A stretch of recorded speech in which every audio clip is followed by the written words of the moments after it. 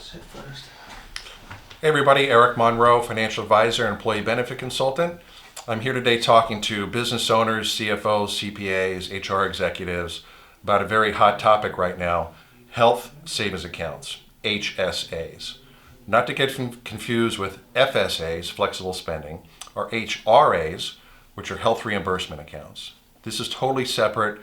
It is really related directly to what your health insurance plan is. It has to be a high deductible health insurance plan. And what's the definition of high deductible? In 2021, that high deductible plan has to have at least a $1,400 deductible for individuals and a total out of pocket of $7,000. And for family, the deductible is $2,800 with a maximum out of pocket total for the year of $14,000. So that's a pretty big nut if you are using your plan to carry that cost on your own. So what do? As a participant, you can open up a health savings account once the employer has established that plan for you, and you can put money in. This is done pre-tax, so you don't pay any money on the tax on any of the money going in the plan. The employer can also contribute, either both of you, either of you, whatever that arrangement might happen to be, and you can put in for an individual person $3,600 a year, and if that person's over 55, you can add another $1,000, so it's $4,600. All pre-tax, right? So you're not paying any tax on the money going in. Then you also have a family, a little higher contribution amount, $7,200 plus another $1,000 over 55. So you can put in $8,300.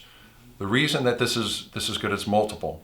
One, when you use your plan and you're paying these deductibles, you're doing it pre-tax because you're using your HSA balance to pay for your out-of-pocket expenses.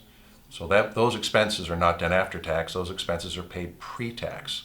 So there's some leverage on your dollars by not paying tax on it. So the benefit goes in, it's tax-free, right? The employer can contribute, or the employee can contribute, or one or the other, or both. Okay, it's just a great employee perk. Maybe the employer is picking up most of the cost for the high deductible plan. Typically the premium's a little bit lower. And because of that lower cost to the employer, they're defraying the use of that, the cost to use the plan to the employee, and they maybe want to help offset that. So it could be a nice employee benefit, a nice fringe benefit for the employer to give to the employees. So the money goes in the plan. When the employee uses the benefits, they go to the doctor, they go to the pharmacy, the drugstore, they're buying medical related expenses, they have a debit card. They swipe the debit card. The money comes out of their health savings account, and now they've just paid for things such as prescriptions, doctor co-pays. They can't pay premiums with that money.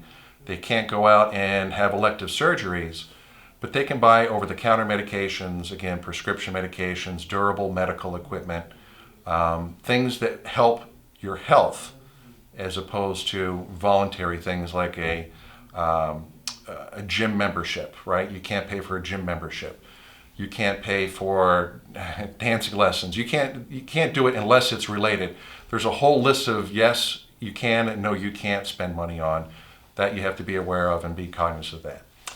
The other thing regarding taxes is if you use your health savings account, you can't also itemize those medical expenses and deduct them from your tax return. That's double dipping. You can't do that. So you pay for what you can through your health savings account, it's pre-tax, but you can't write it off again and deduct it when you itemize your tax return. Very important. Work closely with your tax advisor to make sure that you're following all the rules on that.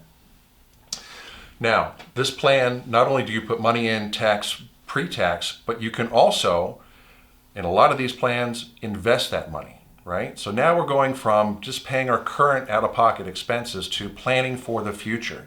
It is actually also a retirement plan supplement because the expenses in retirement, their big chunk of that is your healthcare costs. So the more you can defray that by paying pre-tax, the better off you're going to be with your retirement income and your retirement lifestyle. So using this money now is fine, but you don't use it, it rolls over every single year, and you can invest that money, and that money will grow. The earnings, dividends, capital gains, and so forth will also be tax deferred. And then when you use that money that you put in and the growth every year, that is also going to come out tax-free.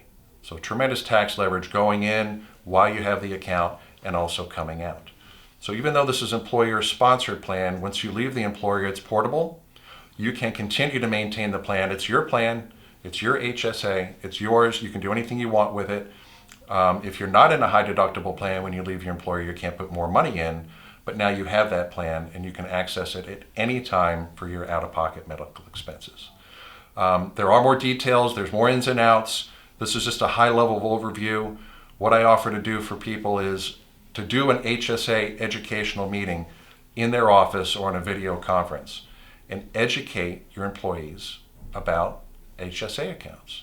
So if anybody's interested in doing that, please reach out to me. I'm happy to schedule a call, talk a little bit about my process, some of the feedback that I've gotten from other clients. And if it's something that you're interested in, we can move forward with that. So I hope you thought this was helpful. Again, a high-level overview, much more to know, but that's what I'm here to do, is help you with that.